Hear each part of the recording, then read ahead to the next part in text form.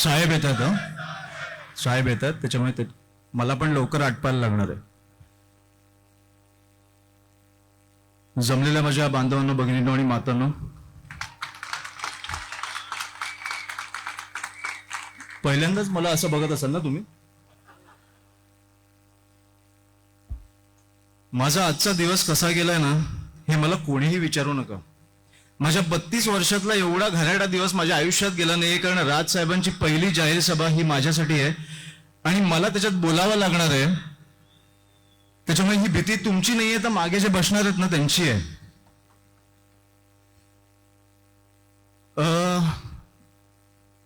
22 ऑक्टोबरला मला वाटतं आपल्या पक्षाची पहिली लिस्ट आली.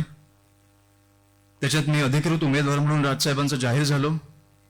त्याच्यानंतर जे चालू आहे ते माझं ऑटो पायलटवरच चालू आहे, कारण एवढे मुलाखती, एवढे भाषणं मी आयुष्यात कधी दिली नाही आहेत. मला वाटतं लिस्ट जाहीर झाल्यानंतर 3 तासात पहिल्या शिवसेनेचा एक उमेदवार जाहीर झाला. त्याच्यानंतर माझ्या काकांना वाईट वाटलं की मी कसा मागे पडलो. 1-2 दिवसात त्यांचा पण उमेदवार जाहीर झाला.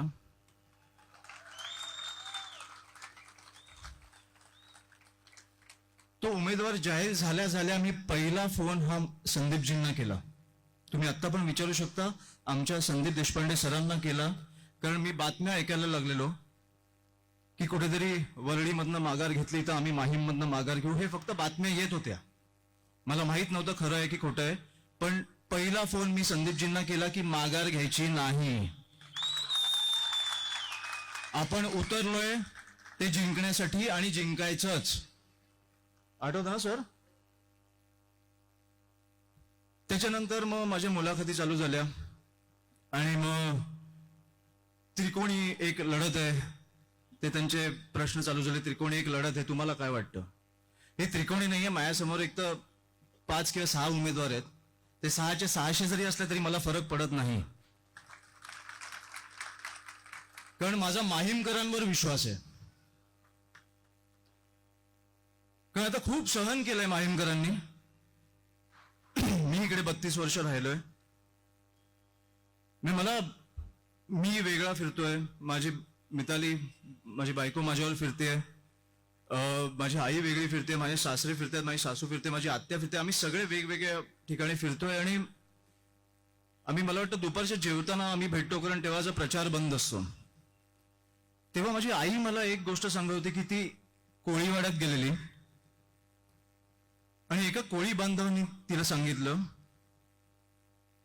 की, ती मला वाटतं दुपार का संध्याकाळ होती, मला वाटतं ती त्या कोळी बांधवांनी सांगितलं की आमच्या घरी पाणी नाही येते, आमची दिवाळीची पहिली अंघोळ नाही झाली आहे, त्याच्यामुळे त्याचं तुम्ही काय करू शकता का? हे मला ऐकल्यावर एवढं वाईट वाटलं. 2024 मध्ये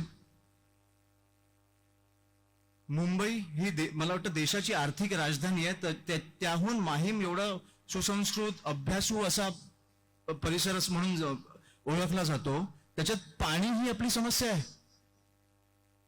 आपण ह्या मुद्द्यांवर निवडणूक लढतोय. आपले पोलीस बांधव असतील, मला वाटतं एकदा त्यांची घरं जाऊन बघा, जे आपल्या मुंबईला सुरक्षित ठेवतात, जे आपल्या महाराष्ट्राला सुरक्षित ठेवतात, त्यांचे घरं बघा जाऊन. बिचारे काय मागतात ते? त्यांचे स्लॅब्स पडतात, बिल्डिंग कोसळायला आलेत, ते ज्यांची सुरक्षा करतात ते असुरक्षित आहेत. कोळी बांधव, मला अनेक कोळी बांधव मला भेटले, जे बोलले की आम्ही सकाळचे मासे पकडायला जातो, पण पकडताना जास्ती करून कचराच साठतो त्या जाळीत. ही आपली समस्या आहे. हा समुद्र किनारा स्वच्छ करणं, साफ करणं हे माझं स्वप्न आहे, पण त्यात ह्या समस्या येत आहेत. बरं, स्वच्छ केल्यावर अनेक रोजगार होऊ शकतात, ही वेगळी गोष्ट. तो स्वच्छ का, तुम्हाला आपल्याला कसं झालंय की असं आहे ना, ठीक आहे, जगण्याची सवय झाली आहे, ती मला कुठेतरी काढायची आहे. तुम्हाला एक समुद्र किनारा कसा असावा हे तुम्ही बघितल्यावर तुम्ही अवाक व्हाल, कारण मी स्वच्छ साफ समुद्र किनारा बघितलाय आणि मला वाटतं की प्रत्येकाने तो बघितला पाहिजे, प्रत्येक नागरिकांनी तो बघितला पाहिजे. कारण तो निसर्गाने आपल्याला दिलाय. तो ना सरकारने दिलाय ना आम्ही दिलाय. माझं खरं सांगू तर मला ह्या गोष्टींच्या बाहेर जाऊन काम करायचंय. माझं विजन खूप मोठं आहे. पोलीस बांधव असतील किंवा आपले कोळी बांधव भगिनी असतील किंवा महिला असतील किंवा आजी आजोबा असतील, मला सगळ्यांच्या ह्या गरजा तर मला मी जिकडे जिकडे फिरतोय तिकडे ज्या ज्या जे विषय येत आहेत माझ्यासमोर हे सहजपणे सुटू शकणारे विषय आहेत. म्हणजे त्यांच्या गरजा पण मोठ्या नाही आहेत. तुम्ही मला एकदा एक संधी द्या, हे सहजपणे सुटणारे विषय आहेत. मी तुम्हाला एका महिन्याच्या आत हे सोडून दाखवतो, पण तुम्हाला 5 वर्षात काय होऊ शकतं ह्याचा तुम्हाला अंदाजा पण नाहीये. 32 वर्ष मी इकडे राहिलो. माझा आता मुलगा आहे 2 वर्षाचा. लहानपणापासून मी मला वाटतं अनेक लोकांना बघत आलो. मी माझ्या जुन्या घरी भेटत आलो, कारण साहेबांकडे खूप लोक यायची. त्याच्यानंतर मी माहीममध्ये फिरताना मी चालतच फिरतो. मला गाडीची आवश्यकता लागत नाही. मी सिद्धिविनायकला जातो, अनेक ठिकाणी ऑफिसला जाताना मी चालतच फिरतो. चालत फिरताना म्हणजे माहीममध्ये चालत फिरताना अनेक लोक मला अप्रोच करतात की हे विषय तुम्ही सोडवू शकता का. ह्याच्यासाठी आमदार व्हायची पण गरज नाहीये.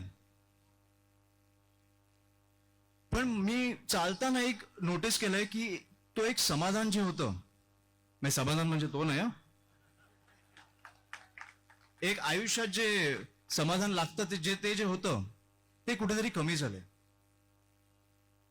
आताच तुम्ही माहीम बघितलं, मुंबई बघितलं, महाराष्ट्र बघितलं, ते समाधान ह्या शहरांमध्ये ह्या राज्यामध्ये राहण्याचं कुठेतरी कमी झालंय. मला ते समाधान परत आणायचंय. ती तुमच्या तोंडावरचं स्माईल आहे ती परत आणायची, आणि त्याच्यासाठी मी काम करणार आहे. त्याच्यामुळे तुमच्या मूळ गरजा आहेत त्या तर आपण सोडवूच, पण ह्या गोष्टीसाठी मला काम करायचं. आमचं विजन खूप मोठं आहे.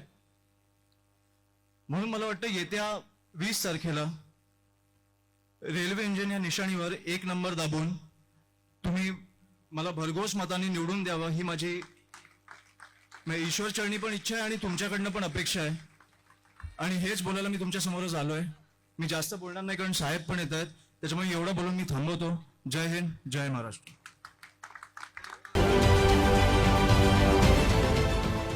देश विदेशातील प्रत्येक घडामोडींचे लाईव्ह अपडेट मिळवण्यासाठी आता साम टीव्हीच्या सर्व सोशल मीडिया प्लॅटफॉर्मला लाईक, फॉलो आणि सबस्क्राईब करा. तसंच सर्व नोटिफिकेशनसाठी बेल आयकॉन प्रेस करायला विसरू नका.